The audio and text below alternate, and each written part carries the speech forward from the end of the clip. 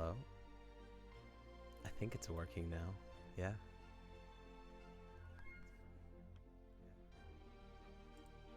I should probably mute Twitch, eh? Hello, everyone. Hey, chat. Let me know. Is the sound coming through? Is my voice coming through? Wonderful. Hi, everyone. My name is Adrian. I'm going to be playing Under Pretense of Death, the demo called New Moon. No, The Moon. Bear with me, this is my first time doing this, so there's bound to be some difficulties and whatnot, but yeah, thank you all for being here. I see there are a lot of you. That's very good. Okay, let's begin.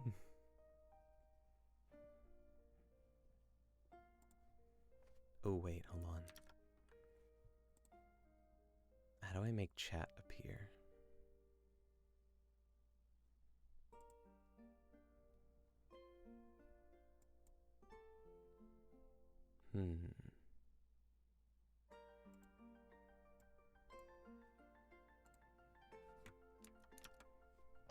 Hmm.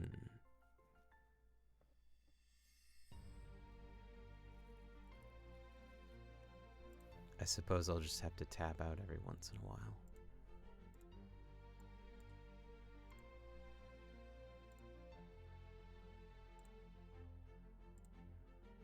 Oh boy. Anyways, let's go ahead and start. So I've actually already played through Will he actually be here? this demo before. So we're going to we're going to do it again. I can't believe he's finally arriving. No, I need to be able to see you guys. How do I... Does anyone know... Does anyone know how to put chat into my game?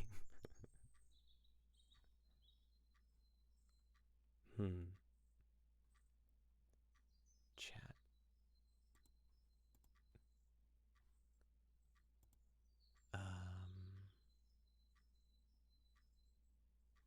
Chat.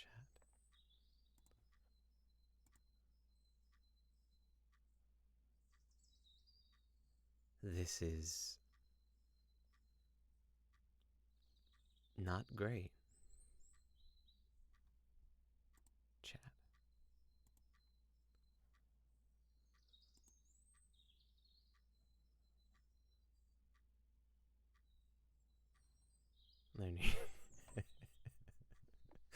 It's my first time. Can I do it from Twitch? Oh, pop out chat. That's what I want.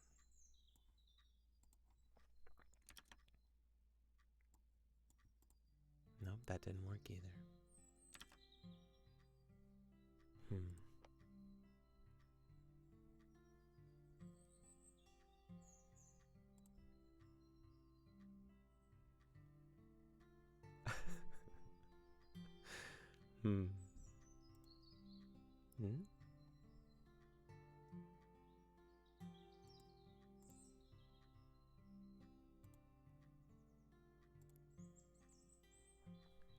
Welp, I guess there'll just be no chat.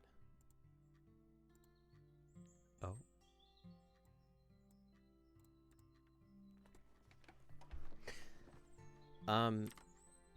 Should I narrate this? I guess I should narrate the parts that aren't spoken.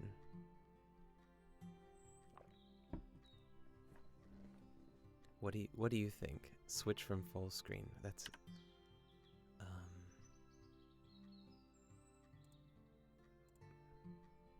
okay.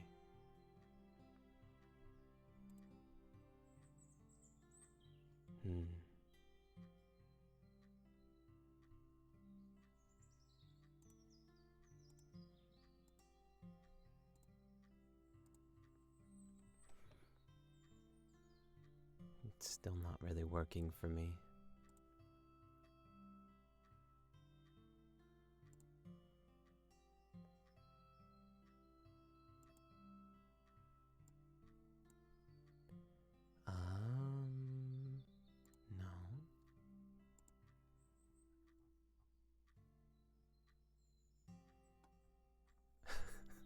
so sorry, everyone.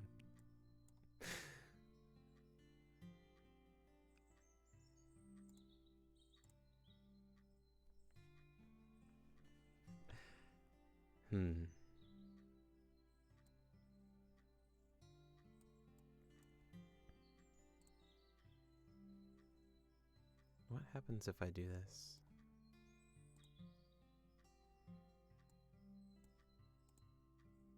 Oh, wait. I think that works for me.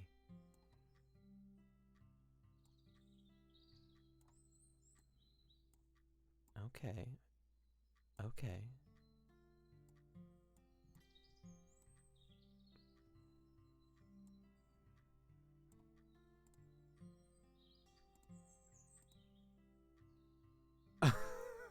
Oh no.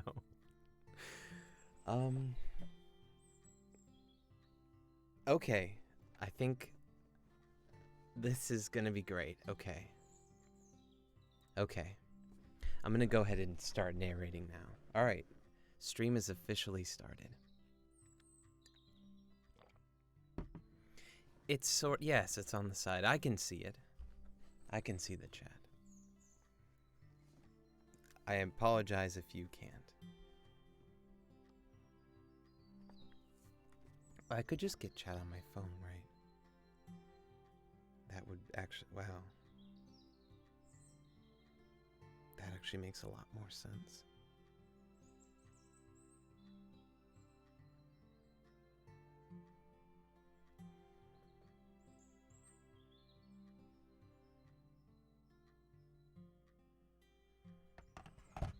Okay.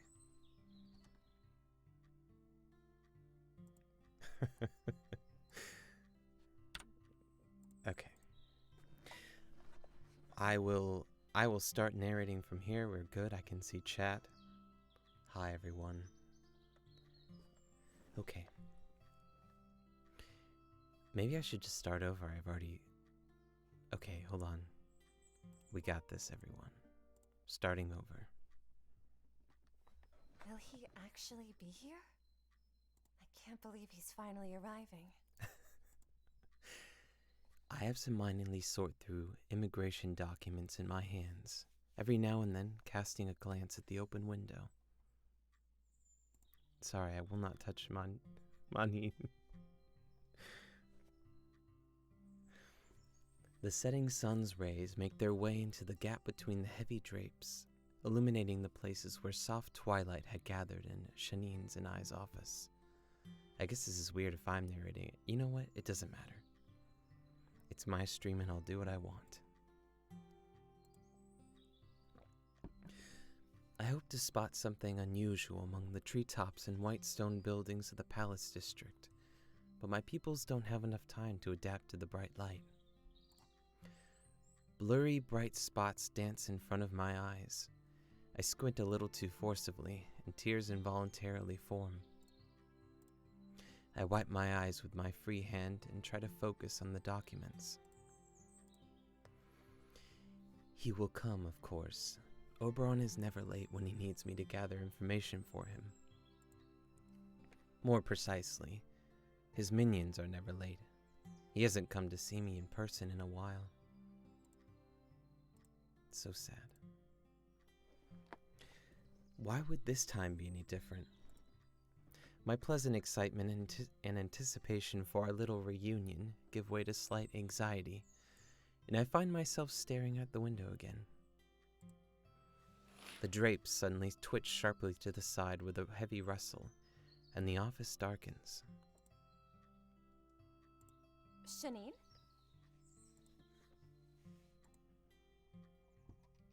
My voice sounds smooth and calm, despite the subtle notes of discontent. I'm sorry, but the sun was shining right in my eyes. I look up at my colleague. The sunlight no longer reaches for her desk, but Shanine still holds a folder in front of herself, covering the top of her face. Her lips, pink and puffy like those of a porcelain doll, are pouted in resentment, and her hand is frozen in the air, as if she is waiting to swipe something away. I didn't think you'd mind. I can open them back up, of course, but I'd be very grateful if you could explain exactly what it is that I should sacrifice my vision for. Oh, also, if my model's freaking out, let me know. Janine throws the folder on the countertop and carefully examines me with her orange avian eyes. She didn't notice, of course, that I was still looking out the window. Also, does the audio for the game sound okay and my voice sound okay? Those levels okay? I don't want myself to be too loud or the game to be too loud. And again, I'm kind of winging all this here. Perfect. I don't remember if I read this line, so I'm skipping it. No, don't, thank you. I don't want to make you uncomfortable. Still better than when I shared my office with people. Janine leans forward on the table towards me and continues in a dramatic tone. There were no curtains at all. And although I tried to convey to those freaks that, unlike them, I can't work when the sun shines right in my face, they just ignored me. I could turn up the game audio just a little bit. Cared a little bit. I think the music is... Oh, that's good, that's good. A little bit of that. Okay. What a nightmare. Satisfied with my reaction, Janine continues to chatter louder and louder, clearly not caring that someone might overhear her gossip. I've heard it all 1,000 times, so fortunately, all I need to do is nod and release some sympathetic sighs. My mind is quickly carried away by a stream of my own thoughts. I haven't seen Oberon in years, but that amount of time is only a moment for an elf, so it's unlikely he has changed very much. My gaze falls on the documents that have been lying on my desk all this time. A list of troll townspeople, both local and newcomers. The results of research on the ability to communicate with spirits. Descriptions of strange spiritual practices. Or has he changed? Since when is Oberon interested in trolls? What did he drag himself into this time? Manhin, are you still here? Nope. Shanine's melodic voice brings me back to reality, but I remain tethered to my anxious thoughts. Oh, what? I said I'm leaving early today. Can you cover for me? Yes, of course. Sorry, I'm a little tired today. Shanine walks up close and, with undisguised curiosity, examines me and the documents lying in front of me. When did she get up? No wonder. You've been working all day long, writing something, digging through the archives. Thank you. I apologize that I can't speak Russian, or read Russian for that matter. I'll try better in the future. Perhaps they were too dusty. Do you want me to open the window after all? Then you'll be able to keep looking at whoever you're trying to see out there. Yeah, thank you, Pekka. She did notice. Shanine nearly chuckles, and she doesn't even try to hide her snide smile. I don't report to you. But if you can't contain your curiosity, so be it. I'm actually waiting for someone. I wonder who that is. Someone? You're so nervous, I'm starting to suspect that a cute spy will come to see us. Ooh, or maybe a foreign agent? Yeah, foreign agents are pretty hot, I think. Come on, Manhin. Tell me! Holy flame, Shanine. You should read fewer romance novels. No cute spy is interested in knowing how many trolls immigrated to Ob Anon last year. It's not even classified information, so don't worry, the kingdom is safe. Ugh, trolls. Sounds unimaginably boring. So, no mysterious pretty boys for sure? Not yet.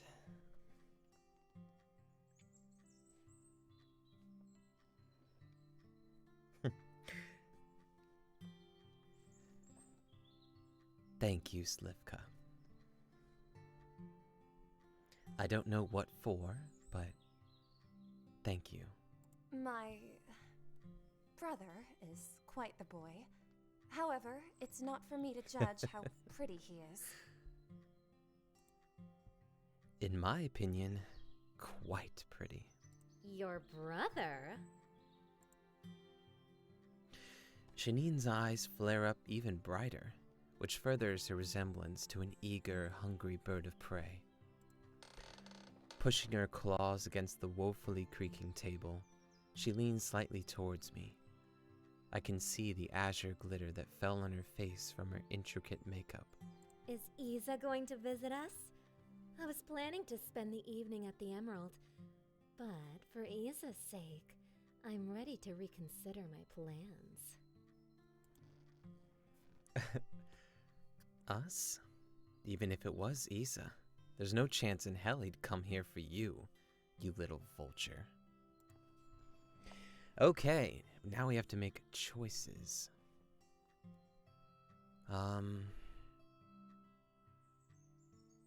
Jeez. I guess we... I don't know how to do anything in Twitch. I would make a poll if I could. If I knew how to. Should we be nice to Shanine or mean to Shanine? I mean... Oh, well... My boss has spoken. Pekka, I don't think you're allowed to vote in this.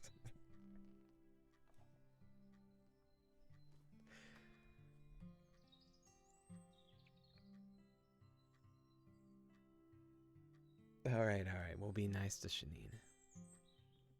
I'm sure Isa would be happy to talk to you. I have no doubt. Shanine smirks suggestively. That's not exactly what I meant. Doesn't it bother you that Isa is married to your sister? It's Isa? First off, to my cousin. And second off, why should it? I'm not trying to take her place. Maneen, you're so naive. Do you really think Adwi hasn't found a lover yet? Maybe Isa is also seeing someone else.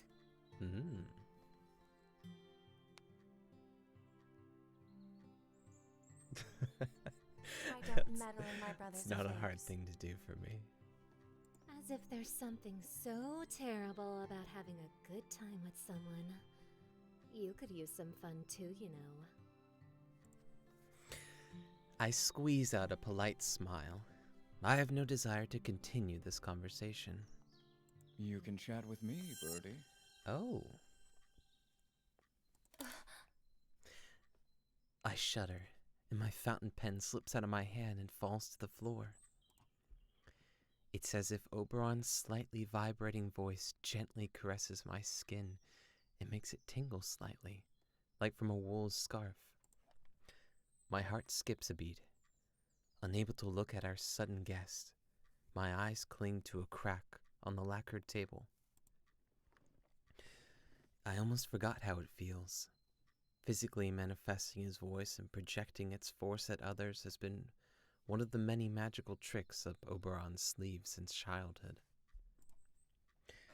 Shanine lazily turns towards him and frowns in a charade of disappointment. Oh, look who graced us with a visit. Oberon! Did you climb in through the window like a stray cat? And here I was, foolishly thinking that Manheen was talking about her real brother. Oof. Okay. We've already started being nice to Shanine, so I think we should continue being nice to Shanine. But I'm but a mouthpiece for Twitch chat. When does bullying start?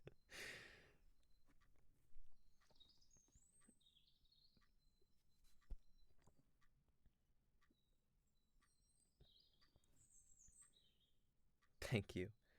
No, your English is great. Two. Oh, two. Okay. Two. Okay. Boss has spoken. I'm so sorry I've disappointed you. It's a good thing that at least one person's expectations matched reality. Oh. I had no doubt that I would see you quacking about here, bird brain.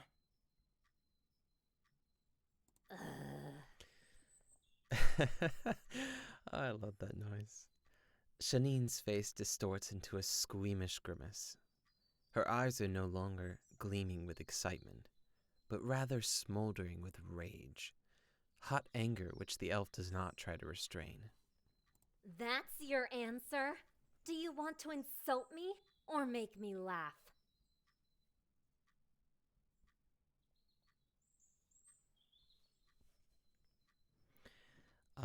I actually don't know what you mean by that question.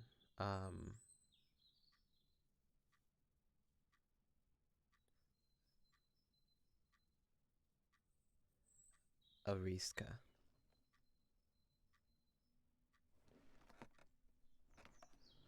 Oh. Wait, what?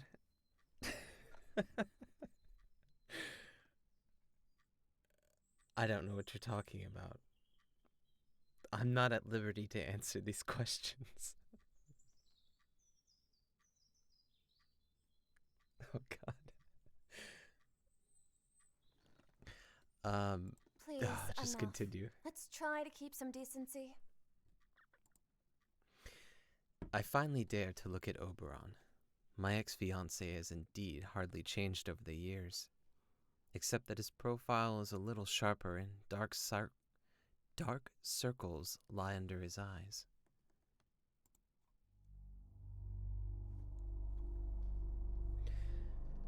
The air around us crackles slightly from the subtle swirls of magical energy. I smell ozone and petrichor? Petrichor? I don't know this word. Like after a spring thunderstorm. Upon my shoulders falls a feeling of incredible heaviness, as if I was struggling against a huge weight. Oberon's magical potential is still obvious and significant, but the show seems somewhat restrained, a skill not part of his former repertoire. After a few seconds, everything disappears, and I find myself feeling wistful. Something empty inside of me yearns to feel his force again, and not let go so easily. Finally, catching my glance, Oberon slightly lifts the corner of his lips, and I can barely hold back from answering his gaze with a silly smile. Manheen is a true diplomat as usual, staying neutral and trying to appeal to everyone's conscience. Oh boy. Yes, Oberon is attractive. I will not give my feelings on Oberon. I'm not happy choosing a side just yet. And good evening to you, Oberon. Oberon slightly bows his head in greeting.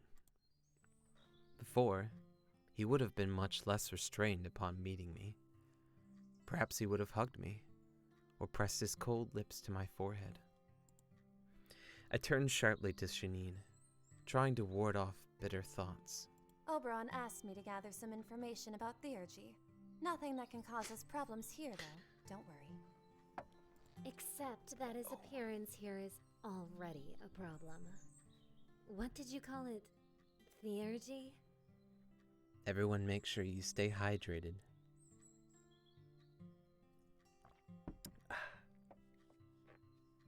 Yet again, some dangerously dull nonsense that will inevitably cause us all trouble. Orange power.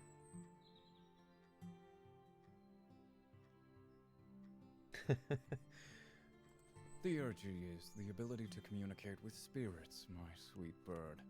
They cannot be seen without special training and education, much less spoken to. And I'm not surprised at all that you don't know anything about it. This concept lies slightly in a different plane than one's choice of nail color. It's starting up again. These emojis. Yes, please. I would love some oranges. I give an exasperated sigh as Oberon and Shanine continue to exchange pleasantries, almost forgetting about my existence. He's being his usual self, but Shanine is reacting harshly to his taunting. Oberon's criminal activities are, of course, no secret, but officially, his reputation is clean as the son of an influential house. I don't think his appearance here can actually cause us any serious problems, though Shanine has never cared much about her career. There must be something else. Maybe a cup of tea, Oberon?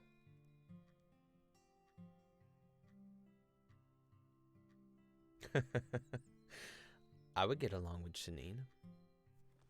Well, I'm not allowed to say that. Only my handler, my boss can say that. Yes, please, more oranges, more citrus fruits. Give me more power.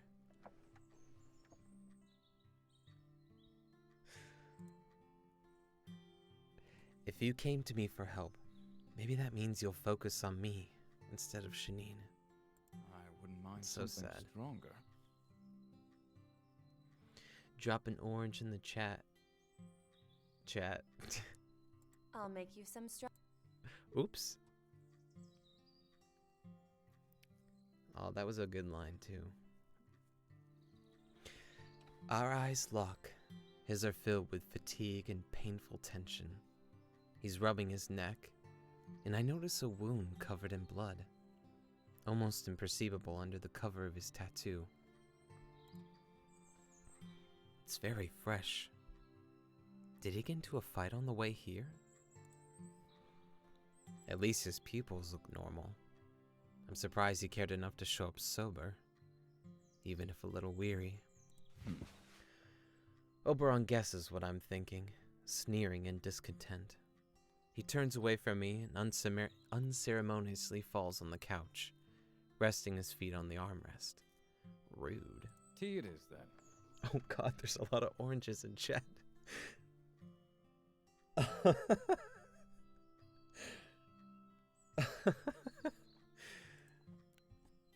From the elf's delicate fingers breaks purple light that twirls into a spiral, erupts, then dissolves again. Oberon lazily throws his toy orb from hand to hand, either out of boredom or mechanically, without even realizing he's creating magic. Oh, I can say whatever. I wouldn't give me that power, Pekka. I watch this little performance, mesmerized, until Shanine reminds me about her presence with an agitated sigh. Shanine? My colleague stands, leaning on my desk again, and looks around the office in confusion. Is everything okay? What? Yes. I just thought I saw something. I don't need protection from chat. These people are wonderful. You hear that, chat? You are all wonderful. Thank you so much for being here. I apologize if it was a little rocky at the start, and if it's a little rocky now and will be rocky in the future. Actually, give me 1 second.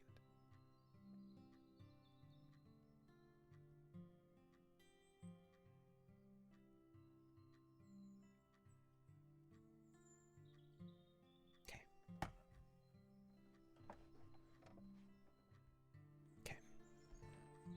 about some tea? I know you're not particularly a fan of it, but this one's special. I got it as a gift from the Assistant Imperial Envoy for helping with the exhibition. Of course. Also, if you guys didn't know, I don't know why I'm explaining it to any of you. You guys already know that this is the demo for the game, and the first update will hopefully be coming out soon. I say soon as in, like, I don't know. You tell us, Pekka, when do you think it'll be coming out?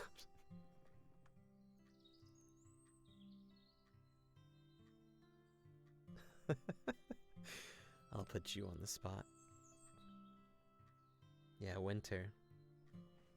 Hopefully. From that weird nerd? No thanks. My workday is over, and I'm going to spend the evening in much more pleasant company. Shanine, not honoring Oberon with a word of farewell, heads to the exit with her heels loudly clacking against the floor. She suddenly stops at the door and quickly turns to me. If you do want to join in, Manheen, you know where to find me. And I'd throw away the tea if I were you. Who knows what he snuck in there? Yeah, drugs. Have fun, Birdie. Your flock's waiting. So rude. The office seems to have become colder, the silence broken only by the ticking of the wall clock and the joyful trills of birds audible from the still ajar window. She left so abruptly. Was it because of Oberon? Birdie? Really? She only lacks feathers. A real canary. But in all fairness, she sings just as beautifully. Since when did Shanine ever sing? She just hisses at you like a snake. What did you do to her? I haven't the slightest idea what you're talking about. By the way, what's with the envoy? Are you serving me tea from your admirers? Admirers? No. It's just a gesture of gratitude. Tea. Few elves were interested in helping organize a joint exhibition with humans. I thought it would be a good opportunity to reintroduce both sides to their common history and culture, especially considering that before the rebellion, our traditions were heavily intertwined. The humans, though they were harshly enslaved by our ancestors, developed many traditions, some of which they inherited from their elven masters. And, despite their short life expectancy, Can't people click on achieved anything yet, very Pekka. impressive results because of their natural craftiness. After all, such rapid evolution between generations leads to a fresh look at things. For example, if we take Click on this tanners and object. fur products,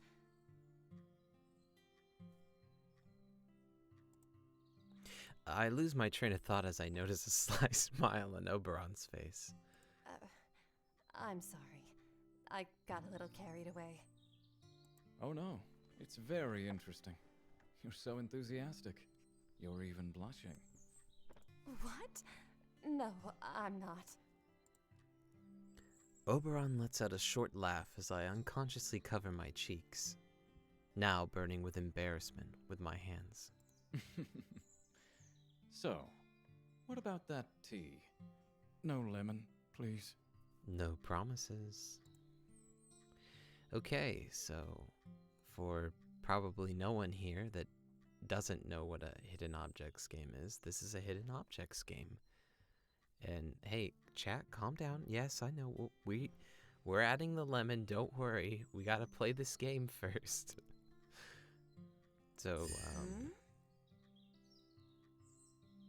can click things around the room and interact with them. Some are puzzles, some are lore, some are stuff. The bottle is not like the usual medicine bottles. It's made of expensive glass with a cap encrusted with purple gems. Maybe it's perfume? Check the picture 2 to 3 times. I know. Oberon Booba. There are no ingredients on the label, no name either, but rather an emblem. A spiderweb emblazoned onto a purple background. There's a little purple powder left on the bottom that looks like colored sand or sugar. Bish, an alchemical drug that allows short-term increase of magical potential, or elicits a state of euphoria. It depends. Shanine must have forgotten it. Now this looks familiar. Where did the sand come from? Sand? That's what people call No Bish these horny, days, no haven't you horny in heard? this chat, everyone. No horny. Go to horny jail. Oberon clenches his hand closed, then opens it, and the bottle appears in his grasp a second later. Telekinesis. I try to stay away from everything related to Bish. It is pretty cool, though. Magic is pretty dope. Oberon's poignant laughter makes me flinch in surprise. Am I an exception? Oh, hello, Cry. Cry, everyone else said it was cool, but I'll turn it up for you. Alright, I'll turn it up.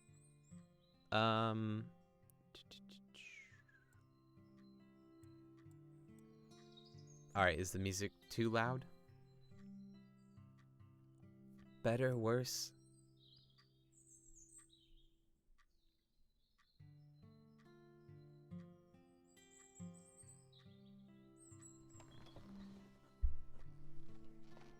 Alright, alright.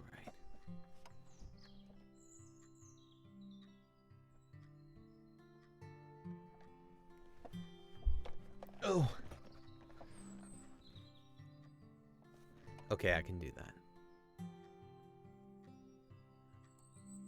Good? I sure hope so, because we're getting it. Alright, I've turned the character volumes up. We'll see how that goes. And if everything's messed up, oh well. Generally, you're right. Sand can be dangerous. Deadly even. It can give the user powers they never even imagined to possess. But it can take away just as much. For some, it's that feeling of true oblivion which draws them in.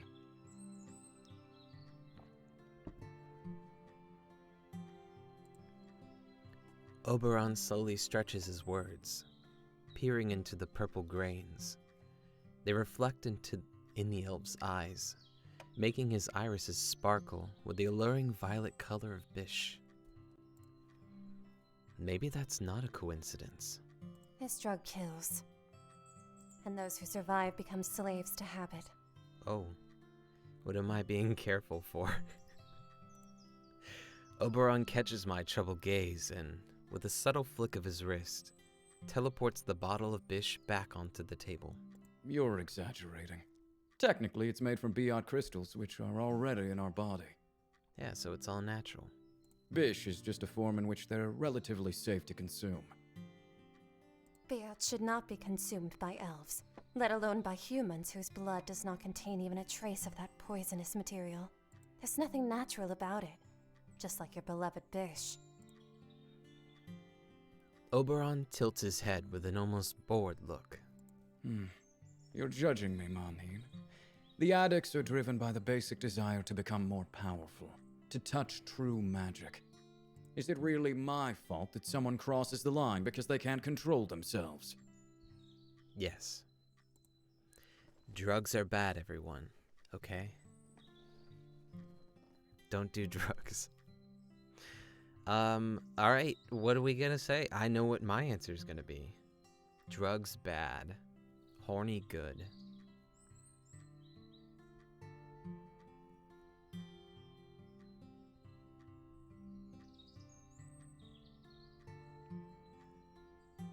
I am to judge.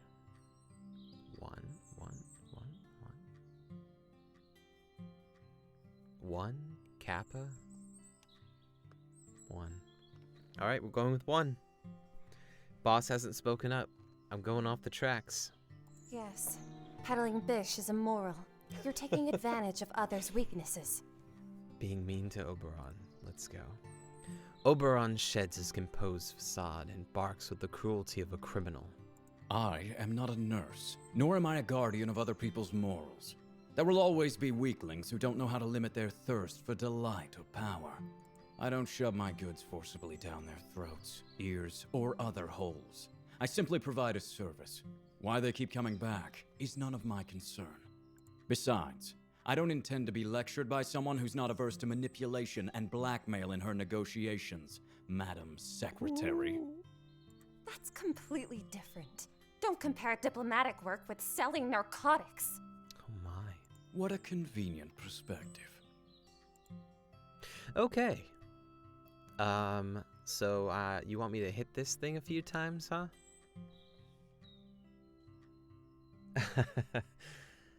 Yeah, that could be fun. Is that what I'm reading? Let me... This dang Twitch chat.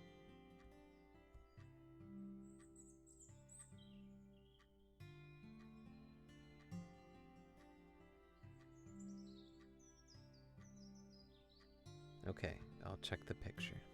Clicky. Manhin, are you okay? Now who put that there? I wonder who did that.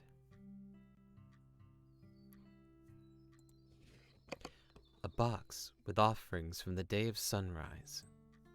This holiday, I will throw all these things into the sacred fire, so that... here we go, my first, Architosh will give me liberation from these painful memories. Did I do that one right? My attention is caught by a golden amulet with intertwined triangles. The decoration looks unfinished. It lacks the other half. An engagement amulet. What have you got there? Amulet. A box of trinkets? Offerings for the holiday. Oh, yeah. Will you burn the amulet, too? Burn? No burn?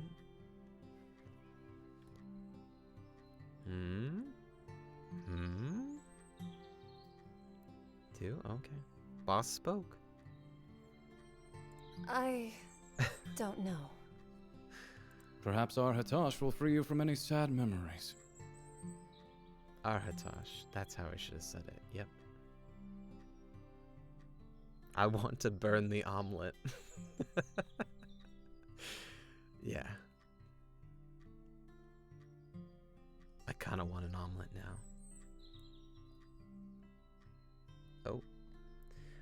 Chat, I didn't ask you this time, okay? You need to wait for me to ask you.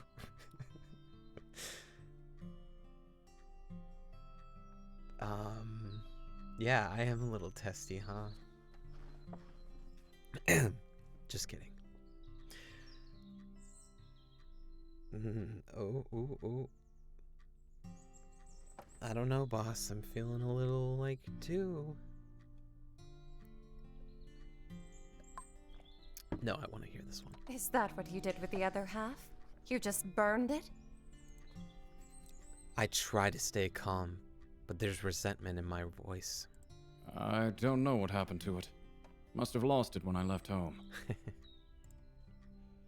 Or you threw it out. I see how it is.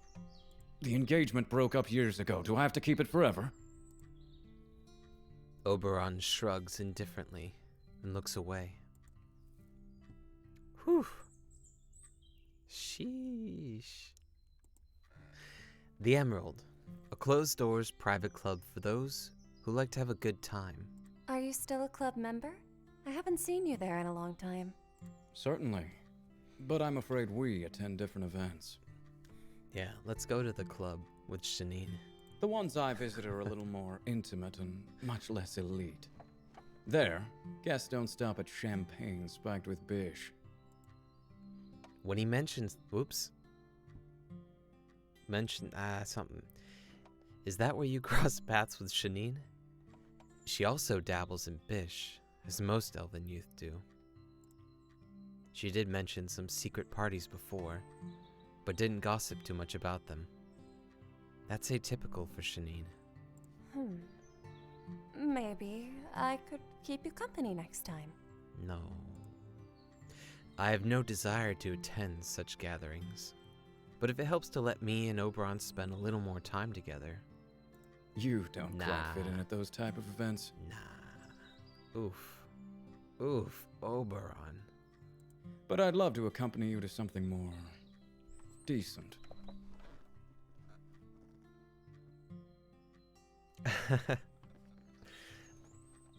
I mean, sure. We'll see. How about an opera? Oh, no. Anything but the opera. I'm leaning towards one here, chat. Gotta respect art. You got to respect art.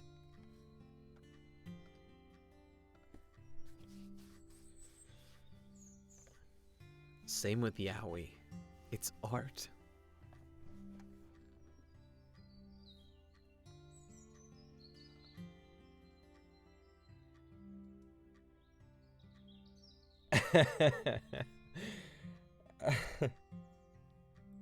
We respect art in this house. You always say no. Come on, it's art.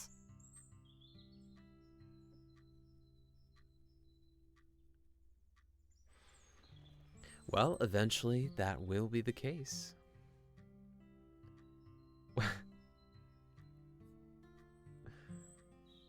Fair. Oberon rolls his eyes. Ah, but we went just recently. My ears witnessed enough art at the Elf King's Oath. That was 7 years ago. Was it? Sheesh. I'm good for at least another 10. Again, ladies, this is what we're looking at here. We're not ready to make tea yet because we don't have the recipe. I think I can talk to Oberon. Hmm? Ooh, that's not what I want. I'm not ready to make tea. How did you get into the office? office? Through the window. Just like a cat. But I would have noticed. Oh, that's what you were so nervous about. Were you watching for me? I turn away to hide the embarrassment on my face. I know how to go unnoticed. If I want to. Okay. Listen, Oberon. You're gonna get that lemon tea, so I know I don't really need the recipe, but... You have a wound on your neck. Are you okay? Ah, this. Oberon slides his long fingers along the wound around his neck and winces a little. Nothing that's worth your attention. I had a little altercation on the way here. Altercation? Does it have to do with your... Drink water, everyone. I hesitate, trying to find the right word. Oberon chuckles heartily. My little not-quite legal production? You can call things by their names. I have nothing to be ashamed of. It's like you're proud of it. What is going on here? Oh no. Why would I not be? What do you think I should be proud of, if not my brainchild? Oh. Not this. No siree. That's great because I also love cats. Because my name is Adrian, so that makes sense. Okay. Here we go. Your clean bloodline? Oberon lets out a soft laugh. My bloodline. I'm afraid, unlike you, I can't boast an impressive pedigree. I have 1 cat and I have 3 kittens. I'm bursting with indignation. The Patriarch accepted you. No one should dare to go against his word. So I'm crazy cat guy. You're a magically gifted son of House Fradatnar, and thus an elf of senior blood, whether you like it or not. But the fact that we are not technically relatives, well, there are advantages to that. The last bit flew out of my mouth before I knew what I said. Oh no. Oberon, to my luck, pretends to not have heard it. What an impassioned and fiery speech. And yet again, everything revolves around my magic. Sorry, chat, I can't adopt you. I can't, nope. I know the art is absolutely amazing in this game, and the artists should be very proud of themselves. Yep, whoever that is.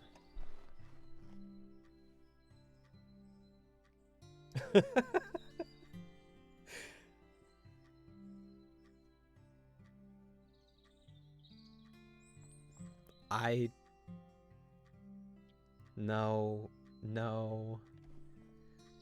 Ariska, what have you done? This is You're wrong. This is not What's good. the point of being proud of something that's not my merit? Is the Storm proud to be able to throw a ship onto the rocks or wipe an entire village out? He leans a little closer towards me. Suddenly, I feel like I'm under a stream of cool water. Oberon manifested his voice again, and it tangibly hits my skin like the pitter-patter of drizzling rain droplets. There's now a salty taste in my mouth, and my mind gets filled with images of a restless seashore. I shake my head, trying to quell Oberon's intrusion. He couldn't influence me like that before. It looks like he's much stronger now than me or Isa. Are you comparing yourself to the elements now? The illusion disappears as quickly as it came, taking my anxieties with it and leaving behind only some pleasant lightness. The calm after the storm. Perhaps. My talents are a part of my nature. I'm not proud of them, but I don't downplay them. Who's trying to make me meow?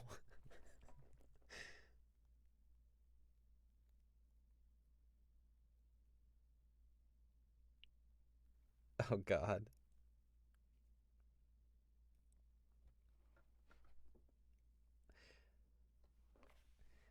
See, you led me into this trap, Ariska, and now you have to leave me out.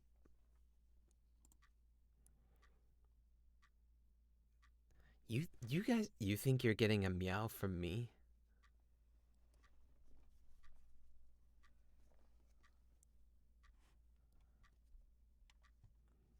Yeah, right.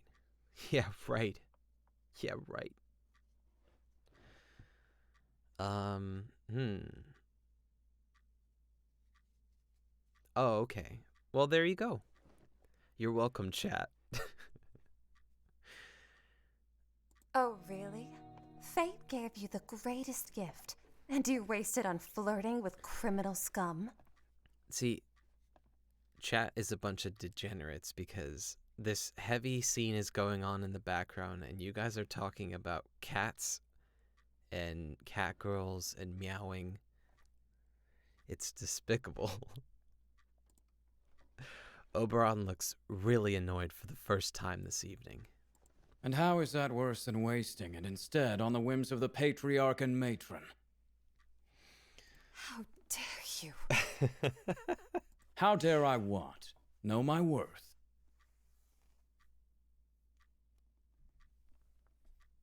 You're acting like a capricious child. It's not just the matron or the patriarch. We have to take care of the family, our house, and its position. It's good that they have you. Us, you mean? I'm sure you'll take care of the damn house and all of our dear family members, whether they want it or not, won't you? Oberon sighs and rubs his temples warily. How many times must we have this conversation? I'm tired. Let's move on without your attempts to put a leash on me, at least for today.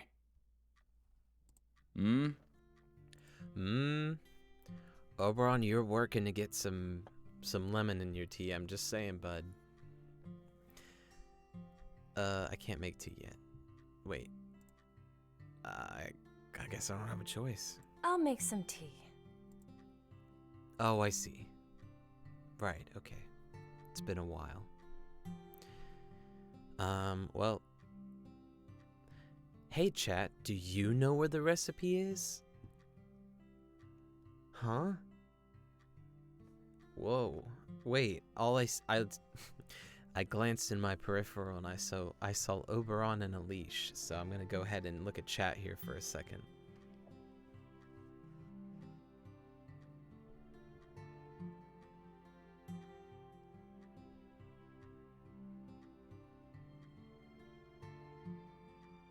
Oh.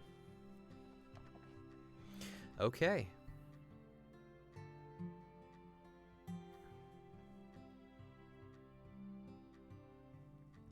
Oh. It's a recipe for how to properly make the special tea. I'm sure we'll put great use to that. The card probably fell off the table.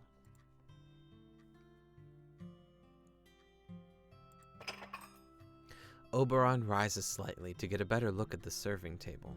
You've got a whole alchemy lab here. I hope you're not trying to poison me.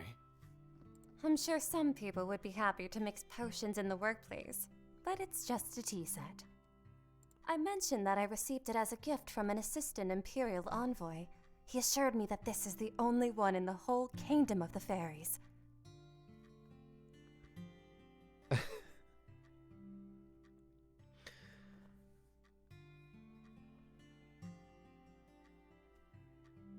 This is, It says on the box that some troll I'm just gonna clans let all still of you use figure this that tea. out in chat. Apparently, they drink it before ritual communication with their ancestors, or just to relax and focus their minds.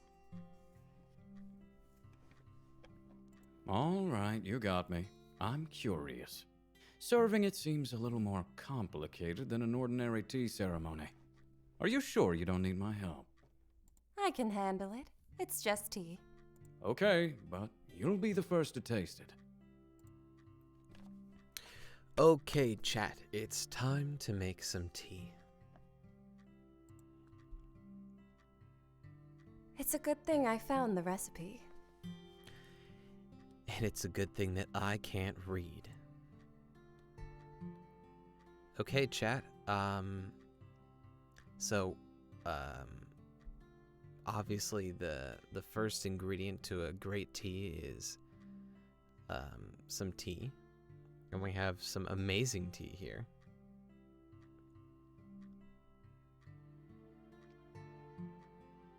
Oh, I did? Wait, what? Oh, sorry, I'm just really excited to make tea for Oberon. I'm not even looking at chat.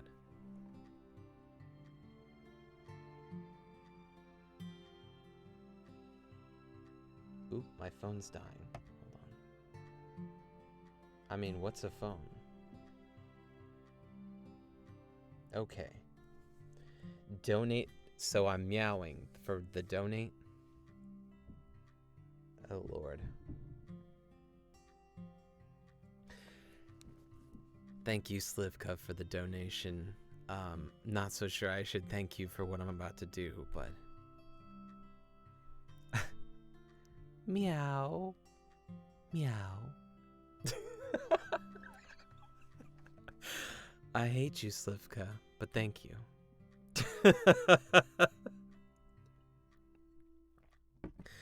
The worst. The absolute worst.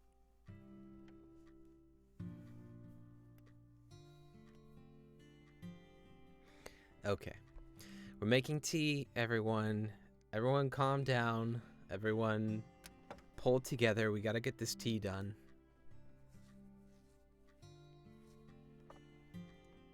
This tea is supposed to influence your mood. Yep. If you know how to prepare it properly. As we do. Tea goes in, yep. I see some purple stuff here. Don't know what that is. Purple herbs. Think that should go in. Oberon's favorite color. Add that in. That looks pretty good. I see some blue herbs. That's a pretty identifiable thing there. Blue like the sky on a clear day. I think. And then I gotta say, this kind of looks like, well, if you cover the tops there, it kind of looks like a lemon. So I think that's what he would want. I think that's what Oberon would want.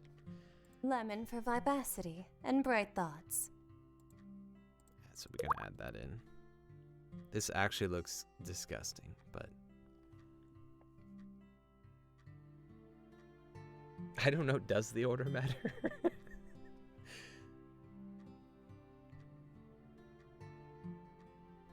Okay. How do I... There we go. Is it right? What do you think, chat? Is the tea right for... Is this Oberon's favorite tea? Put a lemon in the chat if you think this is the right tea.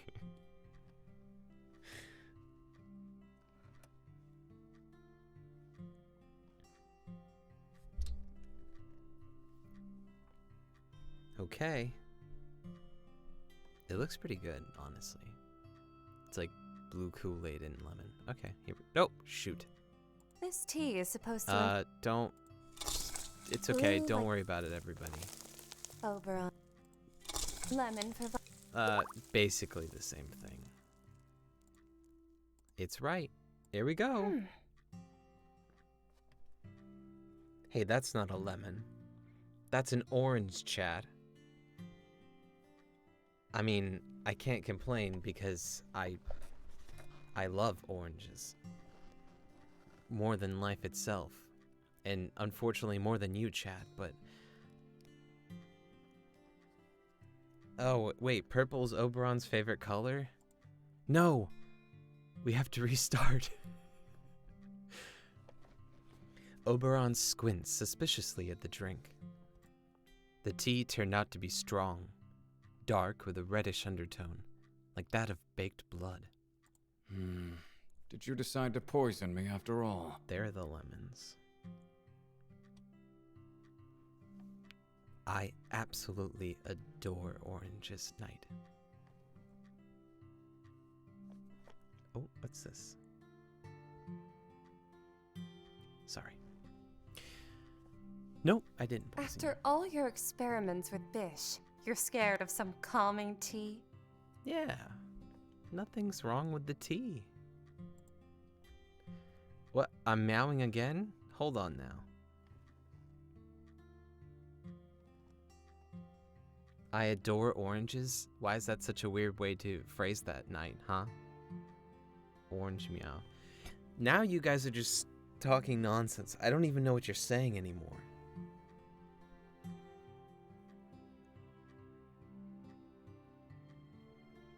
I adore oranges. Okay. Who is Alex? Alex. I don't see an Alex, but I will meow. Okay, Alex. Thank you for the donation.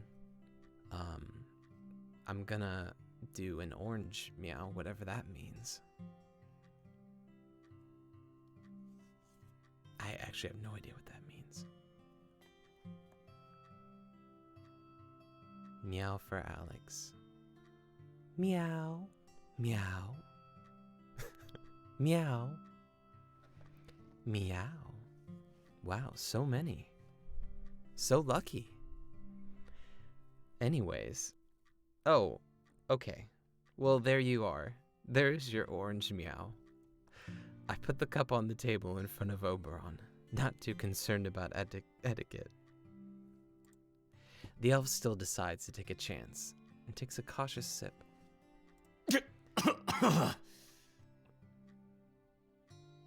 You're welcome. Is it really that bad? Yay.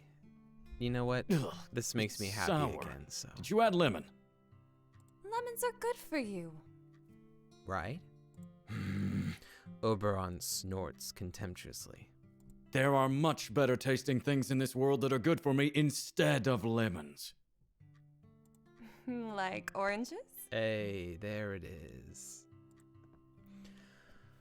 Oberon rolls his eyes. What? I love oranges. See, look at this. Hey, maybe there's something there. Who knows?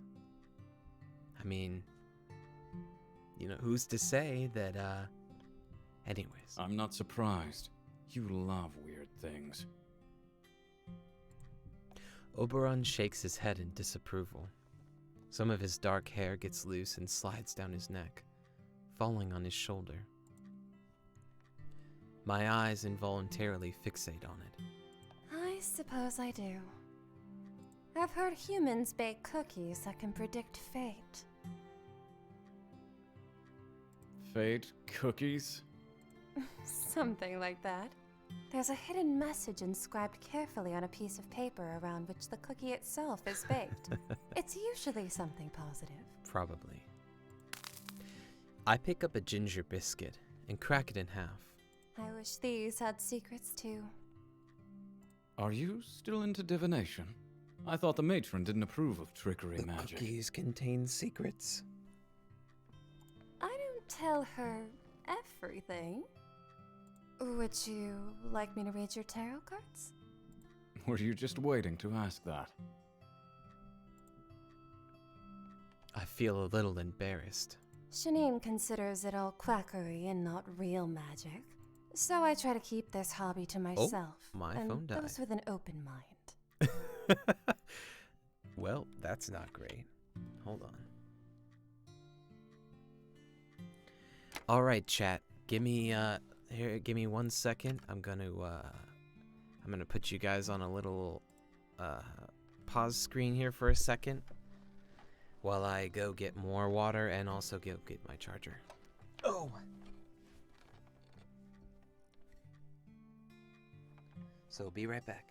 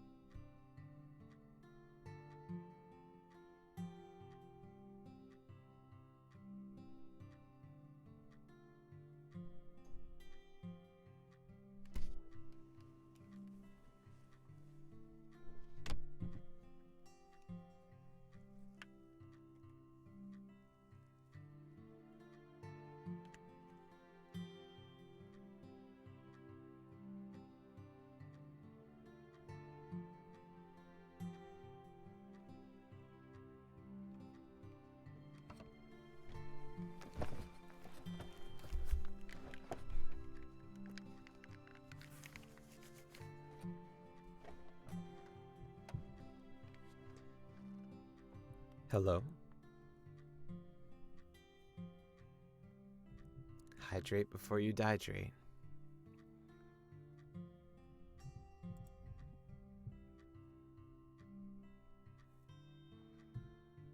Let's see if I can get my phone back on so I can get chat back up.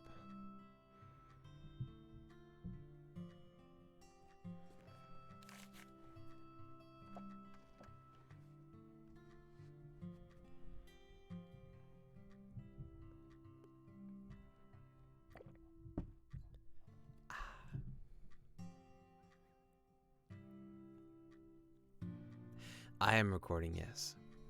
It's been going for an hour and 16 minutes. So that's going to be quite the video to render. But I will do it.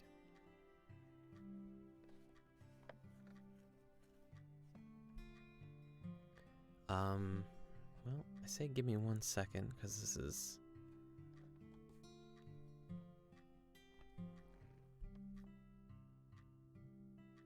Am I recording without chat? Yes.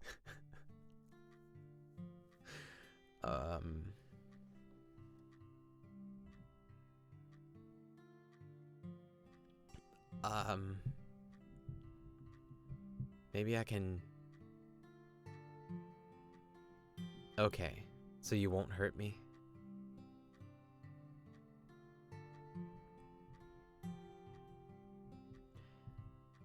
Okay, cool. Then, well, my phone doesn't seem to want to turn back on.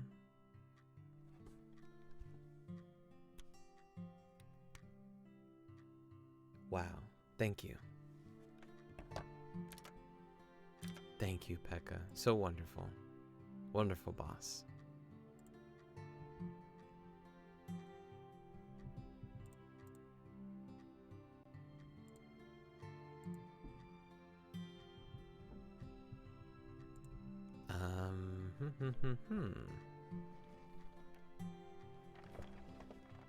Might need to...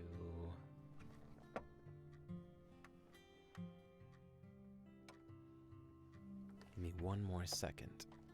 Oh, thank you, everyone.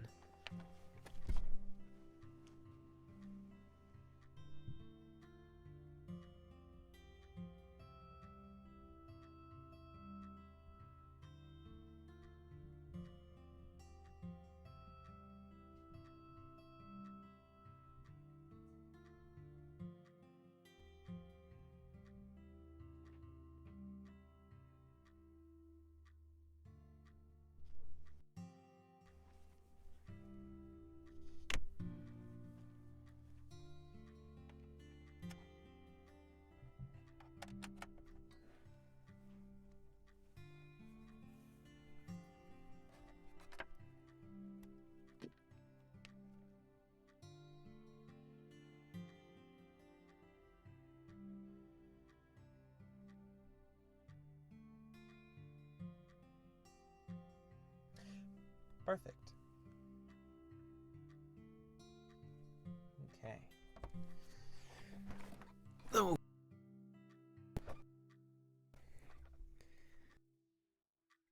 We respect and praise Adrian in this house. Just kidding. You can pretty much do whatever you want. To me. Well, no, I shouldn't say that. Carry on. Okay, we're back in it. I've got the chat pulled back up. And...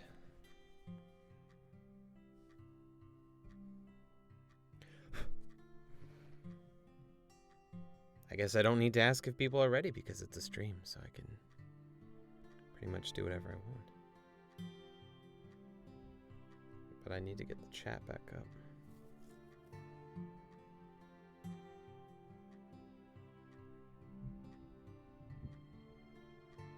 Yes. Chat. Come on, chat. Let's get it. Oh, are you leaving, Knight?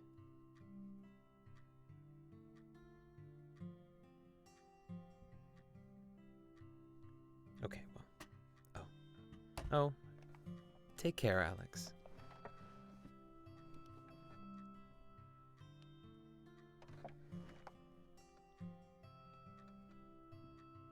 Have a wonderful day/night, because I have no idea where you are in the world. Anyways. I'm not Shanine, but I also doubt that the cards should be believed. No piece of paper can predict someone's future. But if it amuses you, I don't mind. Such a buzzkill. A gentle wave of my palm and a well-worn deck appears in my hands. There is indeed no magic in tarot cards, at least in the usual sense. But somehow, they are often right. Take 3. Oberon follows my instructions and puts his 3 cards face down on the table in front of him. The first one signifies the past. I'm filled with fresh excitement as I slowly turn the first card. The moon.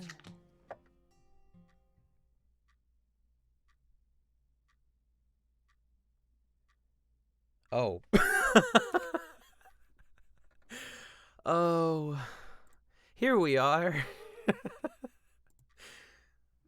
Oh no, my chat died, that's why. Okay, I promise. I'll be right back. I just have to grab my... I promise.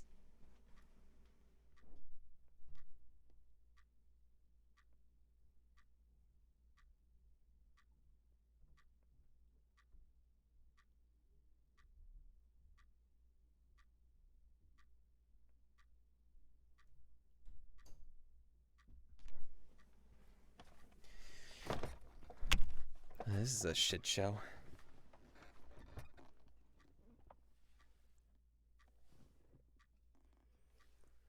Turn that off.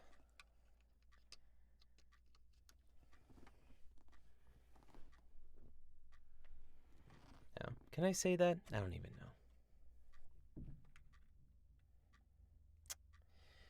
know. Oh, that's not gonna work.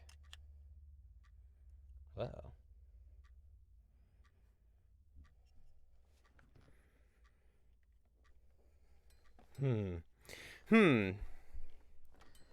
Quite the predicament.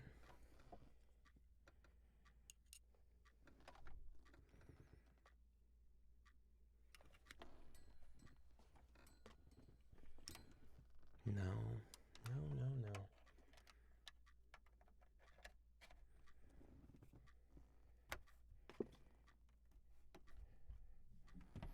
Okay. Kick the light off. I can't see.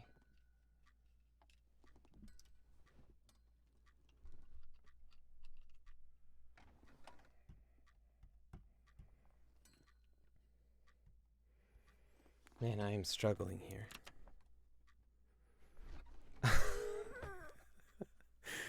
Oh no. No more water.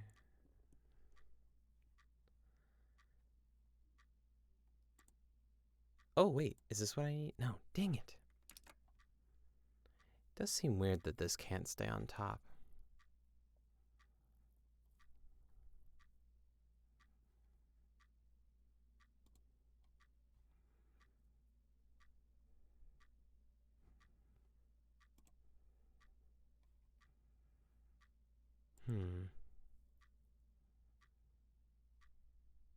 Always on top.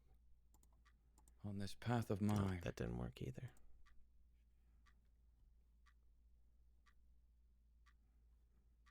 That's so weird.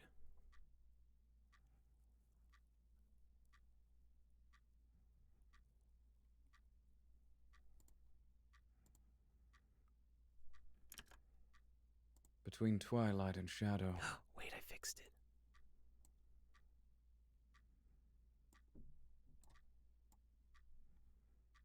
Oh. Now I can read chat. No phone needed. Okay, everyone, sorry about that. The moon lights the way. My heart is pierced with longing at this spontaneous, melancholy haiku. I raise a cautious glance at Oberon.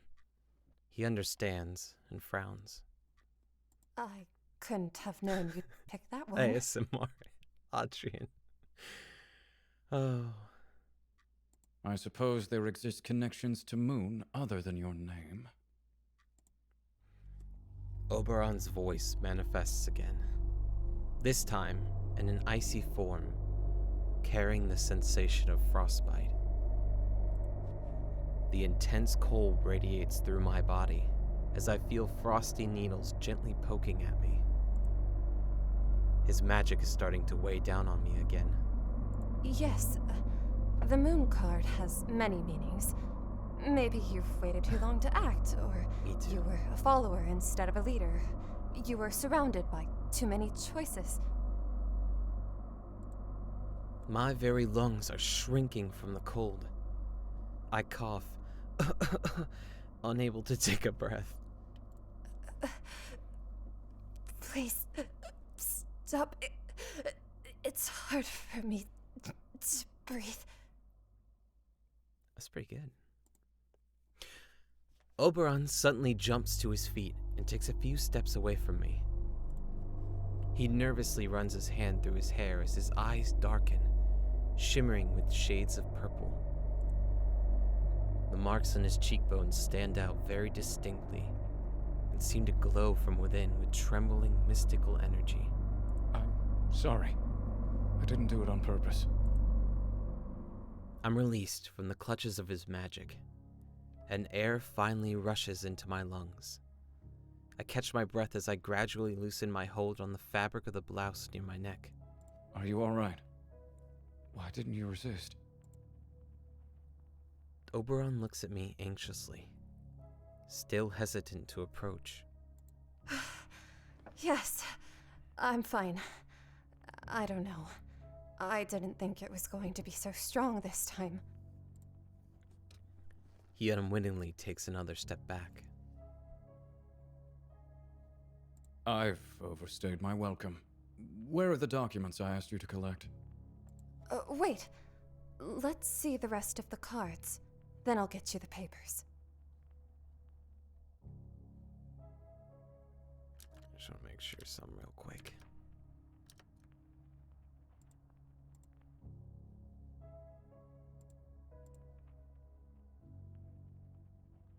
Okay. Don't go, please. But actually, I almost died there. do go. You can't just walk away now. I said that as a joke, but it didn't land very well. Oberon stands in his doubts for a while, but eventually nods in agreement. Fine. Let's see the next one. Still in the process of remembering how to breathe, the morning anxiety which left me with Oberon appeared The morning anxiety which left me when Oberon appeared begins to stir once again in the back of my mind. Death. Pretty tarot card. Oberon doesn't respond. He just stares at me, not even blinking. You know, death is not a bad card. It doesn't mean you're going to die soon. It's more of a metaphorical rebirth, a transition to something new. I hesitate, but manage to continue in a slightly shaking tone. Perhaps it is time to stop looking back on your past. Time to let it go and start a new chapter. Death is not the end. Try to cherish your lifetime, never looking back. What? Don't turn around. Oh.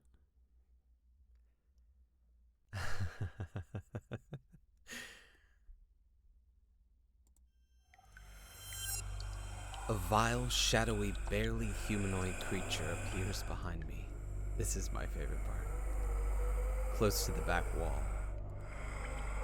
Its bumpy, gray flesh exudes a thick, visual haze, which makes the whole body of the monster seem to ebb and flow with every moment. The torso, if you can call it that, imperceptibly spills with skinny, ghostly legs, ending with long, bony feet floating eerily just above the floor. I exhale convulsively, turning my eyes to Oberon. He puts his finger to his lips and ever so slightly shakes his head.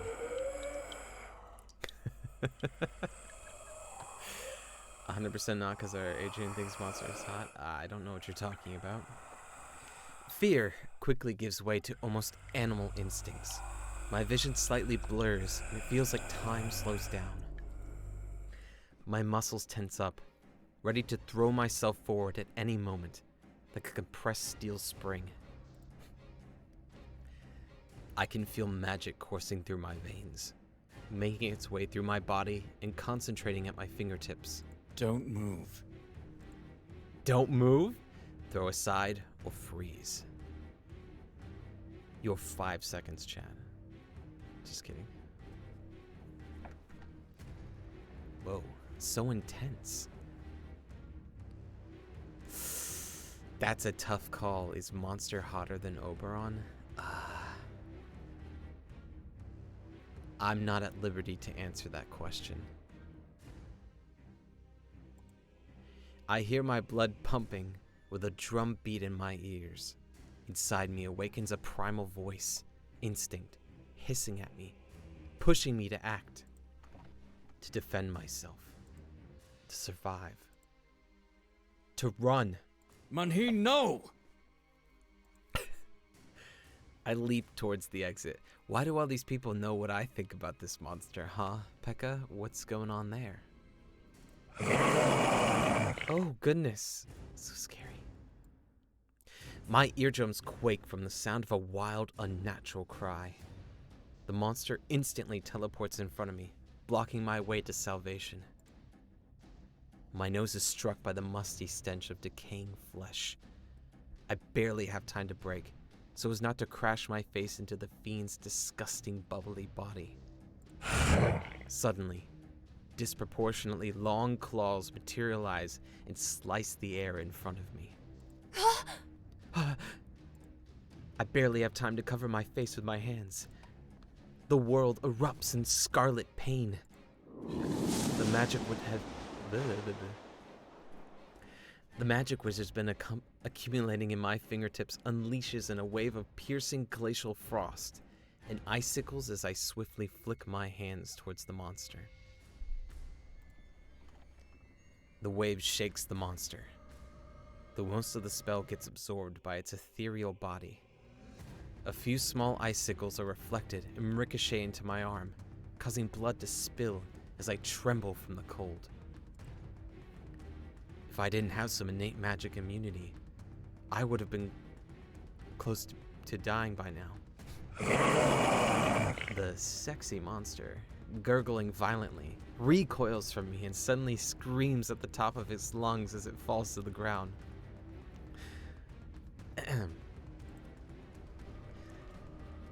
Through a veil created by my own tears, I see a shivering shield. Oberon must have placed it there between me and the monster just in time.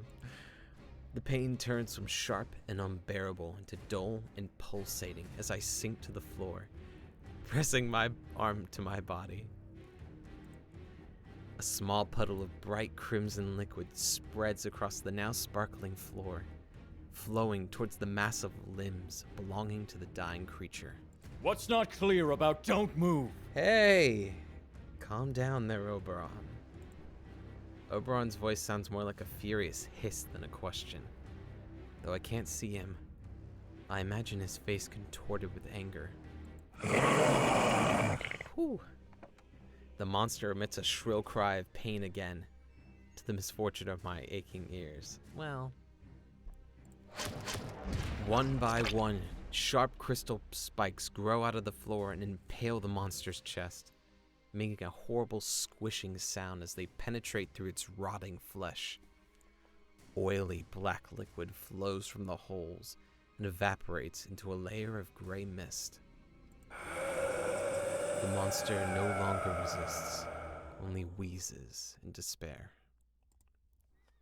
Eventually, its broken body twitches in anger for the last time.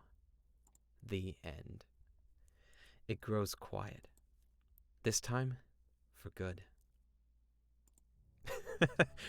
Yeah, wow, monster is even sexier with crystals. I 100% agree. I mean, what? Is it dead? Why do you never listen to me?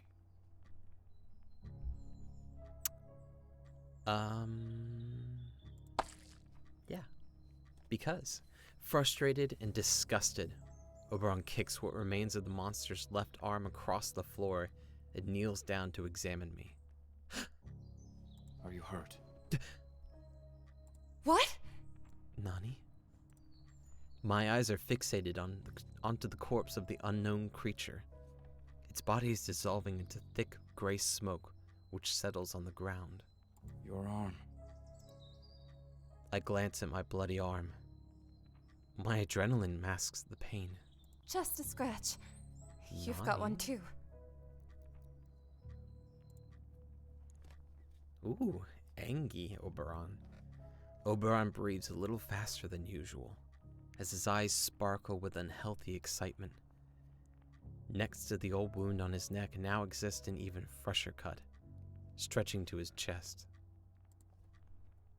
When did he get hurt? The spell ricocheted. Remember? We need to take care of it. Crazy. I'll get a first aid kit. I nod.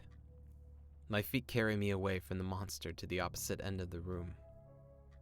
I'm surprised I can stand after that encounter.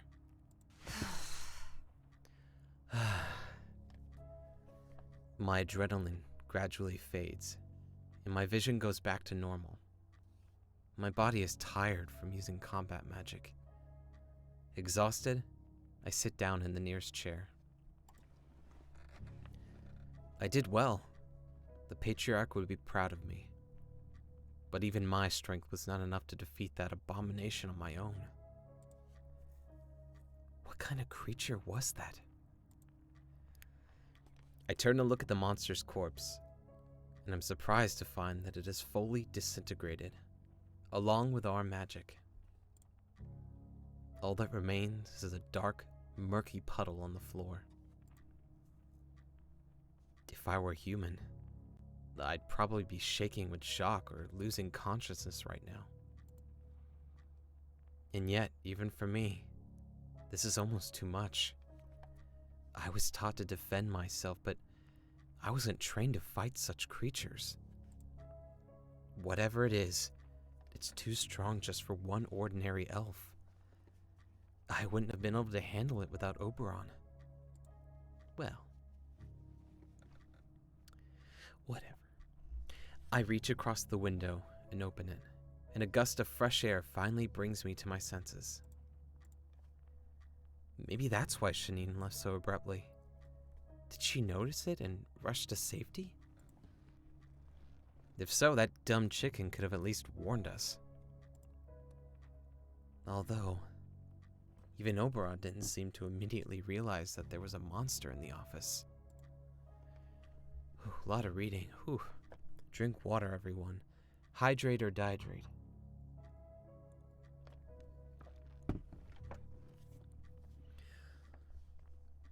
Oberon returns with a first aid kit in one hand and a bottle of whiskey in the other. Now it's a party. Don't look at me like that. You could use a drink too. But I hate drinking. Yes, I do so hate drinking. Yep. But first aid's first. Oberon opens a packet of gauze with his teeth and takes out a roll. He takes a bottle of antiseptic out too and holds it in front of me. Can you do it yourself? I'm not very good at medicine. Boo. He doesn't want to touch me again. Oh, wow. You admitted you aren't good at something? Oberon shrugs. That may be the only good thing about Oberon, as far as I know, that he drinks whiskey. I'm just full of surprises today. I just don't want to hear your complaints later that I've bondaged you up too tight. Ooh. Bandaged. Right. Oops. Oops. Irritated, I snatch the medicine from Oberon's hands while he chuckles, slightly baring the tips of his fangs. For a moment, his gaze lingers on a series of scars running across my naked wrist. Oops. I feel embarrassed and cover my wrist with my palm. Ow. What kind of thing was that? Where did it come from? Spoilers. What's a spoiler? Hey chat, what's the spoiler?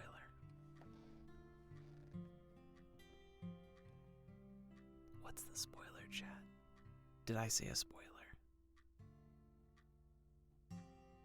I don't even know what I'm saying anymore. No, wait, no, don't. No, it's your fault if you weren't paying attention, Becca.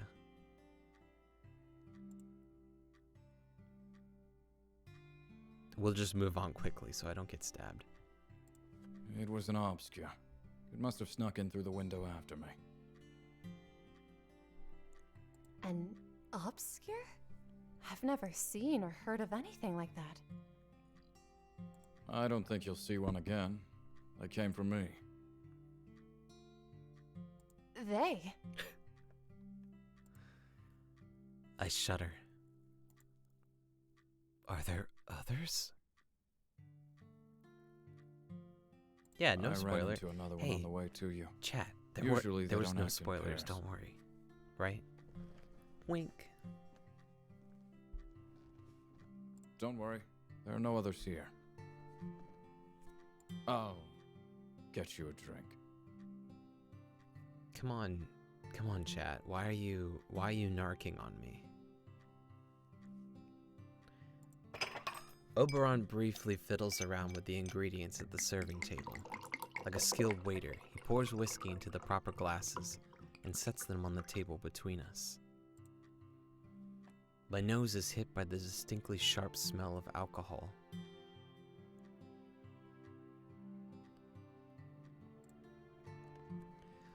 I take a small sip, and my stomach is filled with a pleasant warmth. The pain in my arms dulls slightly. You're good at bandaging. Do you want to come and work for me as a medic? What happened to the last one? She got burnt out from work. Literally or figuratively? Oberon chuckles heartily. As I lean back, I feel my eyelids getting heavier. The alcohol is finally dissipating the remnants of tension from before. Too many events in one day. First Oberon, then an obscure. Oberon alone is already more than enough. I agree. I open my eyes, intending to ask him a little more about the obscure. My heart skips a beat. Oh, well. Eat your heart out, ladies.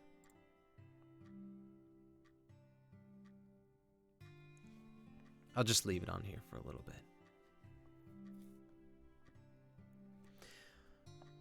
Oberon took off his shirt, showing off his muscular torso adorned with tattoos. Oberon Booba. They start from the base of his chin and go down to his collarbone, traveling further still to his lower abdomen, still tense from the fight.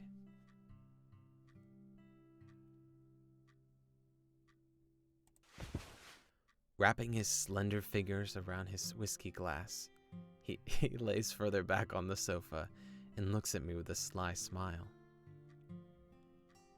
Shouldn't good girls look away in such cases? Taken by surprise, I hurriedly look away and drink half of my whiskey in one big gulp. Here, get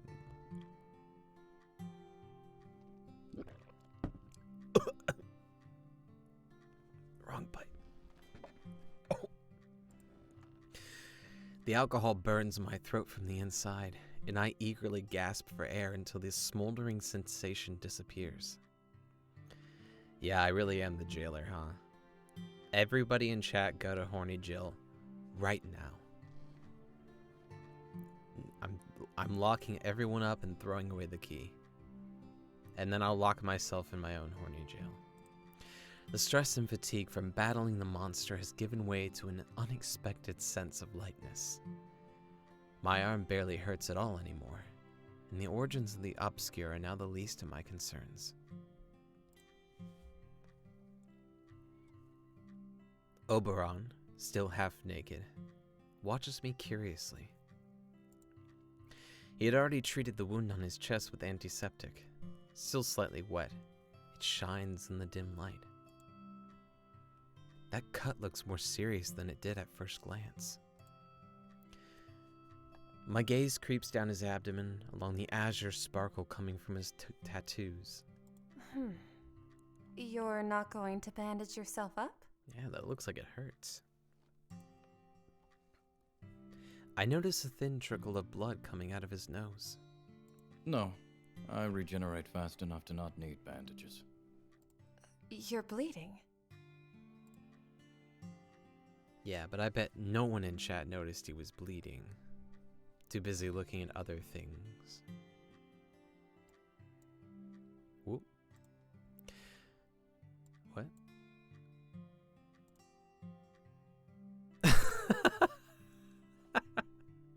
I did notice that.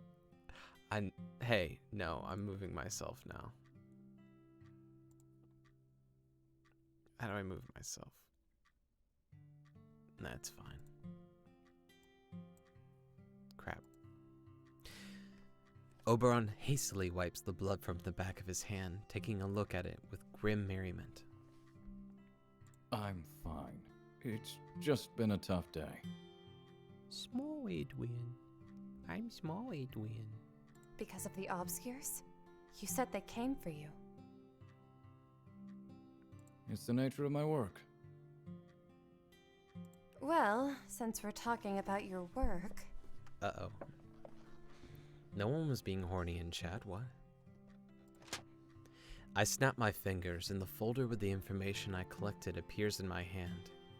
I toss it to Oberon. Why do you need information about Theurgy? That's troll territory in the world of magic, not ours. Pekka, I 100% would buy a tiny Adrian plushie, by the way. Just letting you know. The alcohol makes me a little bolder, and I ask Oberon about his affairs directly, without shame. Nothing serious. Yeah, and monster. I'm just going to a dinner party. He begins flipping through the documents. Dinner party? It's just my business. Nothing interesting. Sure it is. I turn my head in the direction of the puddle, which used to be a monster bent on killing us. Oberon diligently ignores my attempts to get into his affairs and changes the subject. Did you screen the office? God. Y'all are the worst in chat. Didn't I lock all of y'all up? I'm surprised that half the office staff didn't run in when they heard the obscure scream. Oh, yes. The others can't hear what's going on in this room. Before, when Shanine started gossiping about our colleagues, her voice carried through the entire office.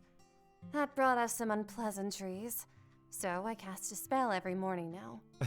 Just in case. Yes, Shanine is always so loud. Oh. Oops. Oh. Oh. Nani? I feel like I was just stabbed with a hot knife to my gut. Any thoughts about obscure and Theurgy disappear, giving way to burning jealousy. So you mother effer. I don't know if I'm allowed to curse as Adrian. You bad boy. What did I expect? We no longer owe anything to each other. And even if we did, why am I in so much pain from this? Oh, I can curse? Wonderful. Oberon sets his glass aside and sits up on the couch, anxiously looking at me. Manhin, are you okay? I don't know what you're thinking. Angry Adrian. It's too late. A dam breaks inside of me, and a torrent of old grievances, jealousy, and pain flows free, ready to sweep away everything in its path. What am I supposed to think? You've been too busy to visit me for years, but you conveniently found time to fuck my colleague?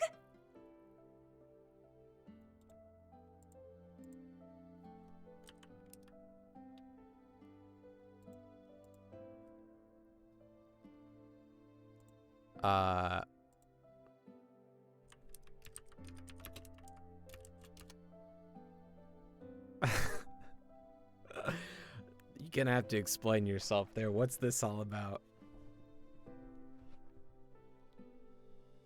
That's not... Oberon exhales irritably and starts to dress quickly. I really have to leave now. Of course you do. It always ends up like this.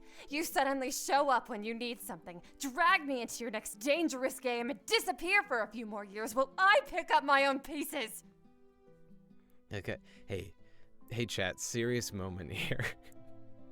You really don't understand why I didn't come back. No, I don't. But please, enlighten me. It's your classic way of dealing with problems. You put everything on someone else, never accepting responsibility by yourself. Has it ever been otherwise? You ran away from home, disgraced our family, without an ounce of care for what the patriarch, our father, gave you. You left me, humiliated, trampled. Here we go again. You speak so tragically about being abandoned, yet you don't think I felt the same way. Do you truly believe I enjoyed being Father's favorite chess piece? Did it not occur to you that I wanted to die a player, not a pawn? What a tragic fate to be the son of an influential family. I'm sure all the boys in the brothel, or whatever miserable place Father found you, would cry bitter tears if they found out about your suffering. Our family gave you everything. Everything that you could have possibly asked for. Money, education, connections, a brilliant future. And all we asked for in return was your gratitude. Yes, this was a very good performance. But you just turned up your proud peasant nose and spit on all of us. And look what you've become. A foolish, irresponsible criminal and a nobody. A nobody who chooses to be a nobody. Hot tears are streaming down my cheeks. Even when I was bleeding, dying, I called for you. And you didn't even care. Oh, boo-hoo. Pity you didn't try harder to keep me chained. I'm not your lapdog. I'm not your property. And I'm not your family's property. You just don't understand. No, you don't understand. Every time, I hope that you'll at least try to see things my way and let me go. And every time, it ends like this. I didn't want to talk over any of the other voice actors because this is a really good scene. Oberon moves so close to me that I can see his pitch black eyelashes shudder and feel his hot breath on my lips. I'm not coming back to you or your precious family. Also, yes, I can't wait to hear Cassandra's VA. I'm very excited for that. For numerous reasons. It's over. Oberon picks up the folder and quickly walks to the window. He breathes a heavy sigh. Now, good night, Manhin. We'll speak again soon. Maybe. Wait, that's not what I meant!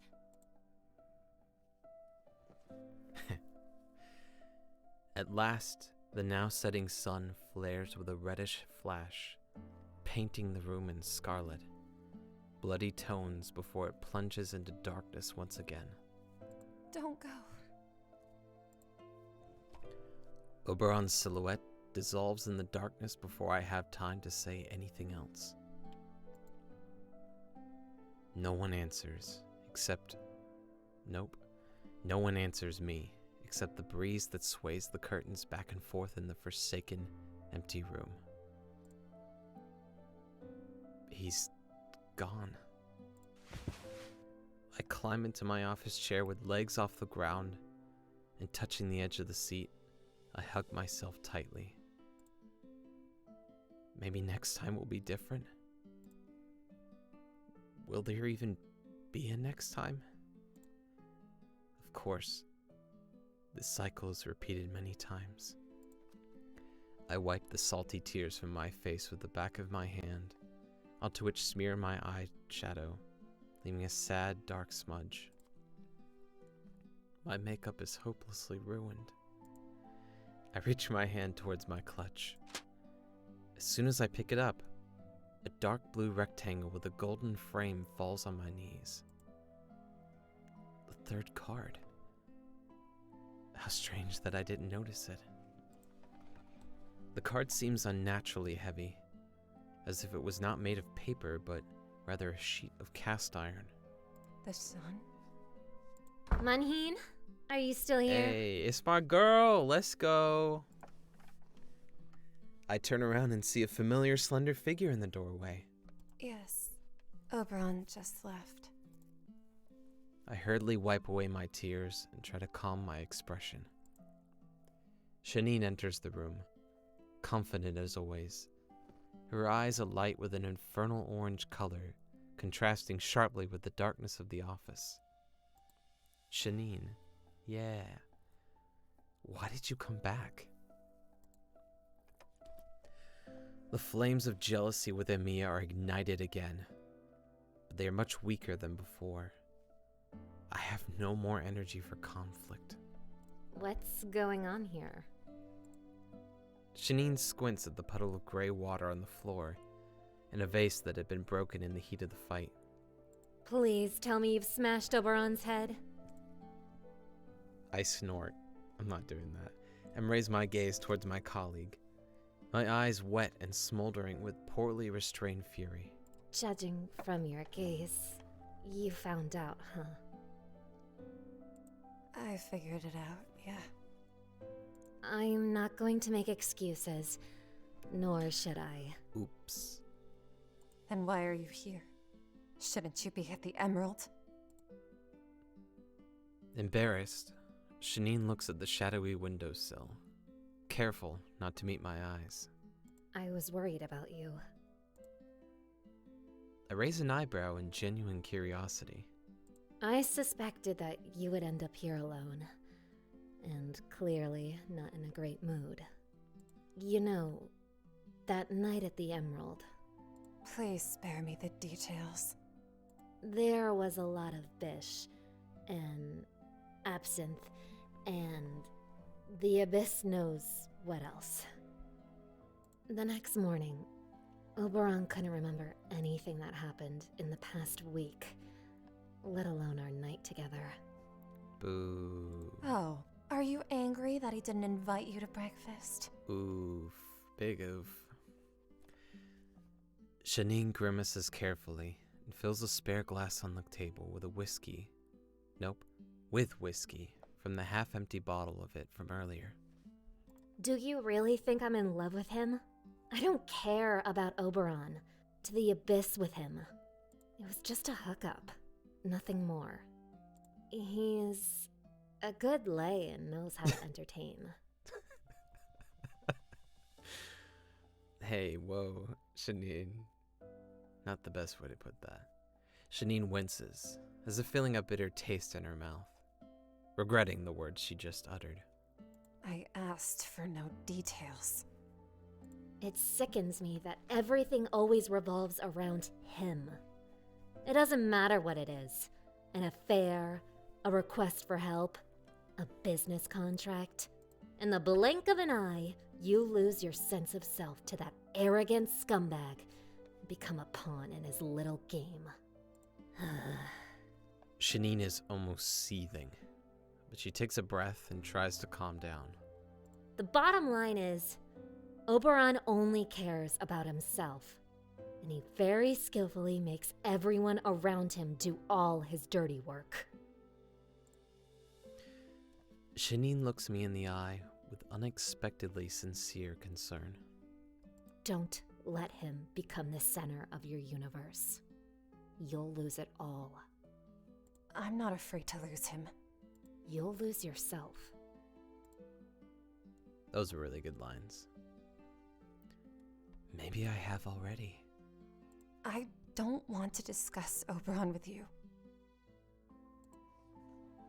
Shanine takes a big sip of whiskey and gets up to leave. Fine, that's up to you.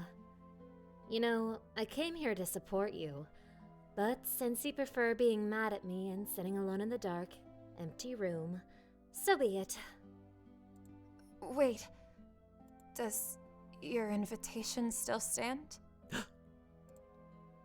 Shanine curls her lips upwardly in a showy fake smile, but I can sense she was actually happy to hear that.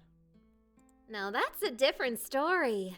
Let's go, girl. We'll make it just in time before the other guests lose touch with reality. Let's just fix your makeup first. Right now your face says, "Hi, nice to meet you. I'm a mess." And we don't want that, now do we?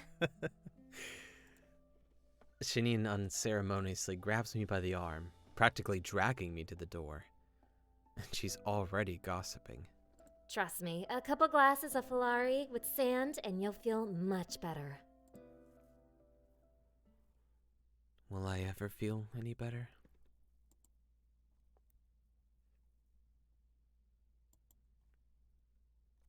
Of course you are, girl. We're going to the club. Let's go to the club.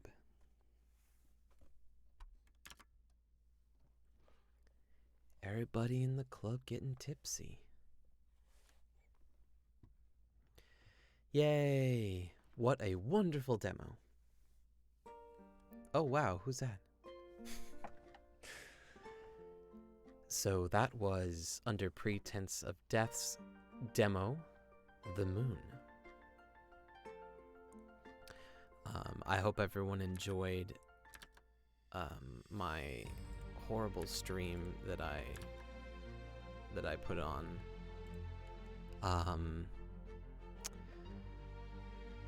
Yeah. Yes, of course. I enjoy. Thank you so much for coming out and watching me play, and thank you for harassing me with meows and oranges and lemons. I do, as much as I make fun of it, I do really appreciate it. So I think that's about it. I am just up. Actually, this is exactly how long I thought it would take. So, thank you. I hope everyone has a wonderful day. Many oranges to all of you, and support the game and the creator. All right.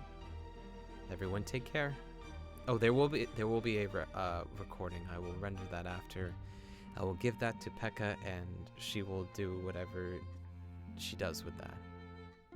And that is all. Take care, everyone.